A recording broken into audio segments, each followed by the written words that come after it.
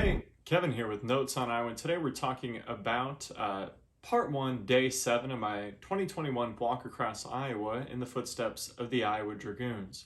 So on this day, our expectations were pretty low for what kind of historical things we were going to run into. No incorporated towns or even small villages we expected to pass through on our way from just north of Eddyville at the Hardfish Canoe Access up to Eveland Access Campground, just a well-developed campground along the Des Moines River. And then a little bit beyond that as we tried to push closer and closer to the end of part one, which we finish the following day. So come along with me as we take a look at part one, day 7, Eddyville to beyond Eveland Access. So maybe the most notable thing that happened to us all day happened at the Chief Hardfish Access. I was putting up the drones, we suddenly realized there was a pack of dogs coming to see what we were up to, and so kind of scrambled back into the car. We tried to drive away. They followed us. There's more on it in the article on today's website, but eventually we moved a little bit ways down the road and got a start. As I mentioned earlier, not a lot to expect going through a very agricultural landscape on our way from the Eddyville canoe access there up to Eveland access.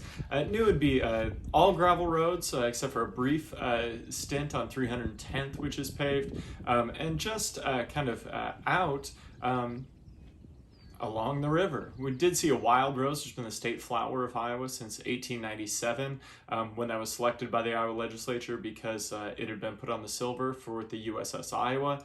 Saw an interesting tree or two, but otherwise not a lot out there that I came across over the course of the morning walking.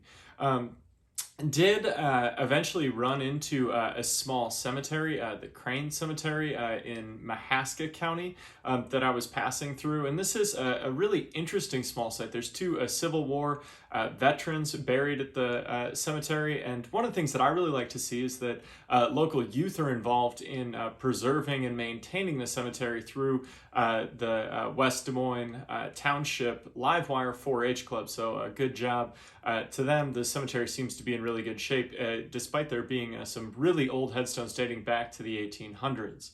Continuing on, I ran into some large agricultural operations. One was kind of funny. These cows came charging out to see who I was when I was a little bit further away.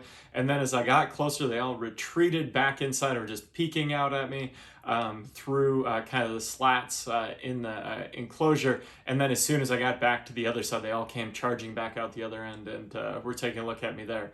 Maybe I'd just been out there too long, but that seemed like a pretty interesting moment to me. Eventually, I did make it to Eveland Access. I put the drone up there as well. Really nice campground developed into two sections that kind of give people the opportunity to kind of have some good outdoor recreation there on the Des Moines River.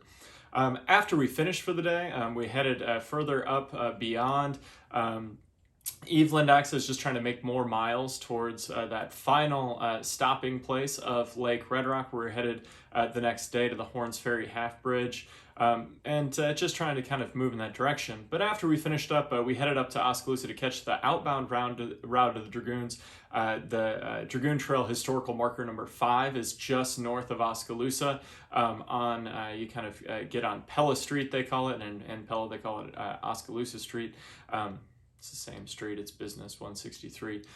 But there's a Dragoon Trail marker there put up by the Daughters of the American Revolution of Oskaloosa in 1940. So, part one, day 7, maybe not the most eventful day, but some interesting things and making more progress toward the ultimate goal of finishing part 1 of the 2021 walk across Iowa in the footsteps of the 1835 Iowa Dragoons. As I tell you every day, people make this project better, so if you have different insights onto things I should be checking into, research resources to pass along, or just comments, feel free to make them either below the video or reach out directly via the website. I appreciate you taking the time to take a look at this. Have a great day.